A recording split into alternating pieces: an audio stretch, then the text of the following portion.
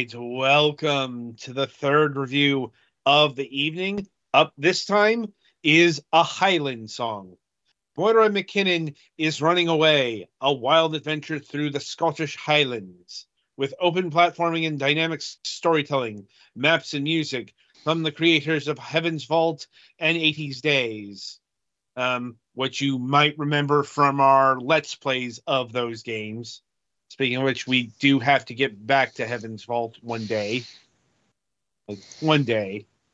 Anyway, so, this game was assigned to the Galax and played on the Nintendo Switch. So over to him for the details. So yes, you play as a young Scottish girl who has an, I think, uncle who she never actually met. Well, I mean, she says she says he's her uncle. I don't know if that's like a literal thing or if. Anyway, I believe they've never actually met, but she corresponded with him, and he has sent her a letter saying to come meet her at the lighthouse by the sea by Beltane, which is in spring. It's a particular date in spring.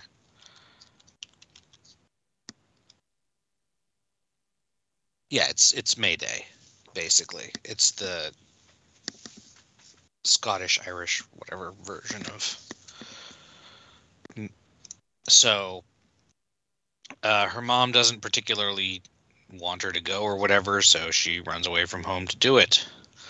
You have a lot of choice, and between you and there is a lot of very hilly terrain because it's the Scottish Highlands. Because I think I said she's never seen the sea and she wants to. So she takes not much with her, and the first you start literally at her house, and you leave, and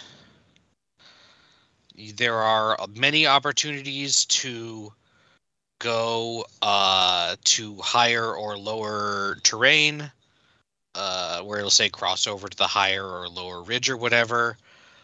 There are caves to fall into. There are parts where there's multiple layers and you can... She has a limited version of video game jumping power where her vertical leap is like almost as much as she is tall, which is ridiculous in real life, but not that good for video games. And you have to climb up or down things that are more than like a couple of feet tall, because if you don't, you will take damage.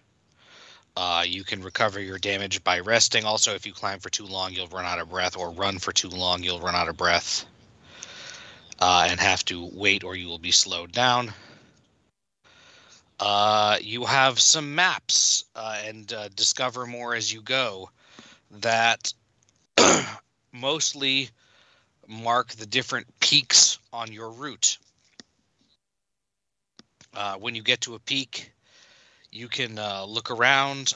I mean, you can always look around, but when you're on the peaks, you can look around and try to mark locations on maps that have places with potentially useful items or things. And also, you get to,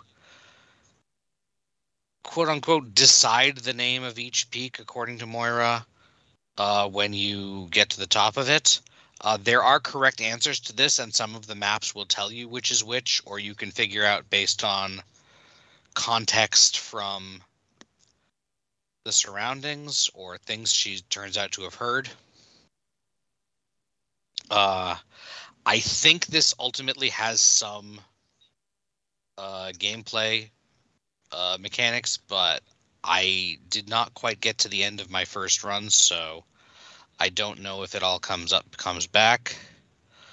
So yeah, you're mostly fighting against time, and you need, like, I don't know if she actually like dies if you... I assume it's more like if you run out of health, you have to stop and take a long break, because you only have a week to go. So that is going between the different landmarks, finding items and stuff. That is one of the two main gameplay modes of the game. The other one is that every so often there will be a nice long, relatively straightaway, often with a deer there, and you will get the prompt of press B to sprint. And while you are sprinting, you are playing a rhythm game. There will be marks on the ground where you have to press the jump button, and then partway through they introduce a second button that you have to press for some of them. Uh, there aren't huge consequences for missing some of them, but a lot of them, if you miss them, you will stumble and slow down, and then you lose the music and the speed. It does also actually mechanically make you travel faster while you're doing this, but it's only in specific areas. The music is really nice Scottish music, and it implements your jumping as like percussion.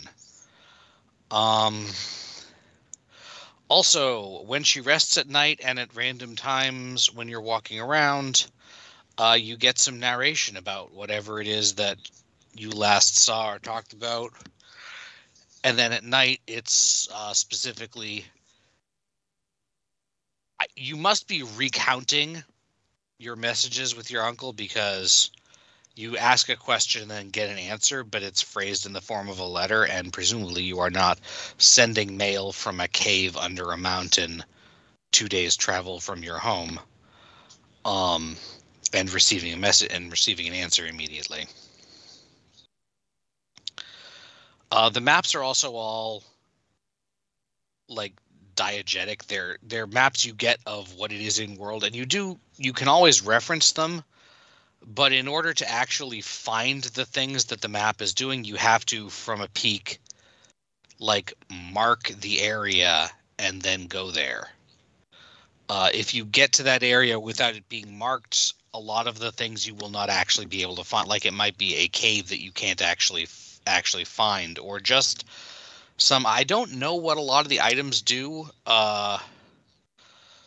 You do get options to leave things as offerings to the Mountain Mother, or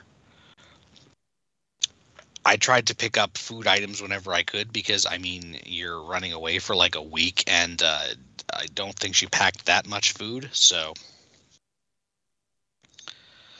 and it's good to try to rest and sleep overnight in as protected places as possible, because if you don't, your health bar will be smaller in the morning, which is not great when taking a tumble can do like half of your health bar, and then you have to find a safe place to sit. There aren't like enemies or anything. You're mostly fighting against the clock. Ultimately, I feel like this is very much a vibes game. Just going for a hike in the hills and getting lost and hearing people talking in Scottish accents and hearing nice music as you run with a deer and stuff. And ultimately, I think it's a really pleasant experience, unless any of that stuff sounds like terrible to you, in which case I feel bad for your aesthetics that you can't enjoy it.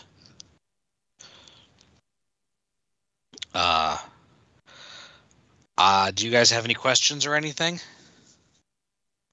No. I'm good. Yeah, the weather does change. There's not like a ton of severe, like it's not like certain games I can think of where you can't climb while it's raining. You can still climb, but I think it has negative impacts on your health bar recovery, which is less of an issue if you don't make stupid jumps and stumble a lot. So what are we looking at price-wise? $20. Or no, sorry. $17.99. So yeah, I think that's probably fair for this. There also seems to be at least enough replay value that there's a new game plus mode.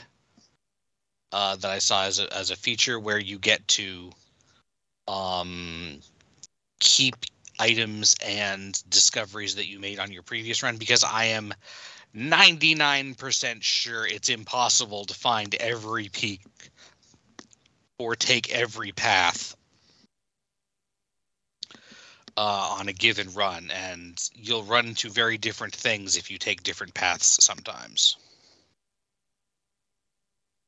Like, there are times where you can backtrack, but usually you can only backtrack up to a certain point. One of the only things I had an issue with is that there are certain times where, because the landscape is so beautiful, it's a little bit tricky to figure out which ways you can and can't go, because sometimes they use invisible walls to say, sorry, you can't go past here. But again, I feel like feeling slightly lost is part of the charm. I mean, Moira doesn't really know exactly where she's going, so...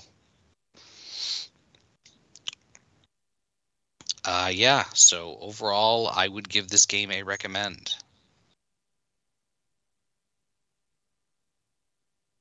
All right, then. So looks like we are done with this game right here. So be sure to tune in after the break as we give impressions on Swarm Grinder.